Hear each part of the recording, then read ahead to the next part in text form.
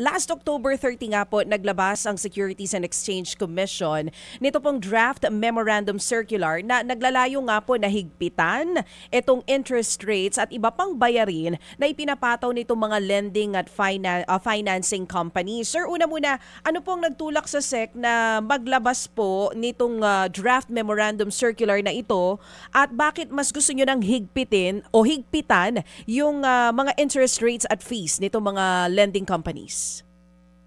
Una sa lahat, DJ Chacha and Ted, ang talagang dating lalagay ng interest rate ay ang Bangko Sentral. Subalit dahil nagkaroon ng amendment sa batas, ang mga regulators na katulad ng Securities and Exchange Commission ay meron ng ngayong tungkulin na magpataw ng karampatang interest, lalo na dito sa mga financial lending companies. Kung sa bangko, ang nagde-determine ng interest rate ay ang Bangko Sentral, pero dito sa financial lending companies, ang Securities and Exchange Commission ay meron ng tungkulin na ilagay ang tamang interest. Kasi sa ngayon, ang pinayagan ng Bangko Sentral para pati sa mga financial lending companies ay 18% per month para sa mga utang na hindi lalampas ng 10,000 at hindi lalampas ng 4 na buwan ang period. Ngayon nakita ng SEC na masyado itong mataas kasi kung 18% times 4, edi halos 18, 32, 6, halos sa 64% ito. At ang magiging interest ay hindi at ang karampatang penalty hindi rin po pwedeng lumampas doon sa inutang. Kung kunwari umutang 10,000, hanggang 10,000 lamang ang magiging interest at penalties. Pero ngayon, ang SEC ay naglabas ng isang draft memorandum na magpapataw ng interest na hindi lalampas ng 10% a month. Alam mo kung bakit 10% a month? Kasi ito ay unsecured. Ang mga pawn shops, allowed sila 5% a month. Pero walang limit yon. Kung hindi ka magbayad ng interest ng utang mo ng 1 taon, edi 5 times 12, 60% a year. Pero dito sa nilabas na resolution ng SEC, tataasan yung utang na pwedeng patawan ng interest na 10%. Ngayon pwede nang umutang ng 20,000 pesos mula sa dating limit na 10,000. Dahil alam mo naman itong industriyang ito, kailangan din nating tulungan at protektahan kasi sila ang nagpapautang sa mga kababayan natin na walang security. Yan yung mga katulad ng mga nagtitinda sa palengke, yung mga bila-bilao. Sila ang walang collateral, kumbaga, Commissioner. Walang collateral. Opo. Kaya kailangan din natin gahanap tayo ng solusyon na yung ating industriya at yung kailangan din ng mga kababayan natin ay magkaroon ng pinaka-balancing.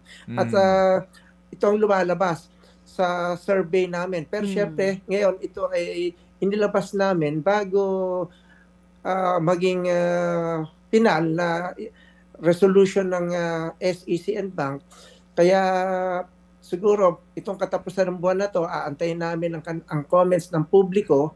Kung actually ngayon pa lang nakakatanggap na kami ng mga reaksyon. Nagrereklamo syempre yung industry. Hindi raw nila kakayanin. Pero sa pag-aaral namin, kaya ang 10% a month or not more than 6 months at sa pagkakautang na 20,000. Okay, sige. So, para mas maintindihan, Sec, latag natin, Opo. Ang inyong pong ang inyong panukala na pagbabago, 20,000 pesos, opo, ito po yung and below. Opo, 20,000 pesos, ito po ay anong tawag dito? Minimum o maximum? Yan po yung maximum na utang. Okay, maximum 20,000. na utang ng sinuman pong may paggagamitan pero ang kanya pong payable in 6 months, right? Opo. Opo. At ang interest niya ay 10% a month. A month. Okay, kapag hindi siya nakabayad, magkano po ang ipapatol dapat na interest? Kapag hindi po siya nakabayad, edi hanggang 20,000 lang din po ang makukolektang interest at penalties. Ganun po, kapag hindi ko talaga nabayaran ito sa takdang panahon, meron ho bang idadagdag doon sa 10% na interest? Hanggang doon lamang po, yung kung magkano po yung nautang niya, kung 20,000 po, ang magiging total na interest and penalties ay 20,000 lamang. Kaya ang magiging total na dapat babayaran niya ay magiging 40,000 pesos. Opo. Kumbaga ho kasi nga, kung lalabas po dito, yung pong 10% ng 20,000 ay 2,000 pesos. So, bawat buwan, 2,000 ang iyong interest. So, kung 6 months po ito... 6 na buwan. Yes, opo. Okay. Kaya magiging 2 times 6, magiging 12,000 ang interest. Okay. So, kumbaga... Go ahead. Ang mangyayari po, isa rin po siyang solusyon namin kasi po yung mga tinatawag na unfair lending practices. Marami pong lenders din po na nanghaharas. Yan po, mabilis na nire-revoke ng SEC ang kanilang permit para matigil yung mga unfair lending practices na yan. Yes. Alam mo, siguro mga 4 months ago, meron pa nga nag-suicide kasi yung mga harassment ng mga lending companies to. Pero mukhang nakontrol na to at napigilan na. Kaya naman ngayon, ang aming pansin ay itinuon naman namin dito sa interest rate. Mga kapatid, brothers and sisters, saan ka pa? Dito na tayo sa totoo. Dito na tayo sa True FM. Mga kapatid, mag-subscribe and follow po kayo sa social media accounts ng True Network PH. Yan po kami. Hanapin nyo lang True Network PH, Facebook, Instagram, YouTube, TikTok, and podcast. Mapa Apple or Spotify man yan, mahahanap nyo kami. Lahat ng mga napapanood at napapakinggan nyo po sa programa, nasa social media accounts namin yan. So, paano mga kapatid? See you sa social media!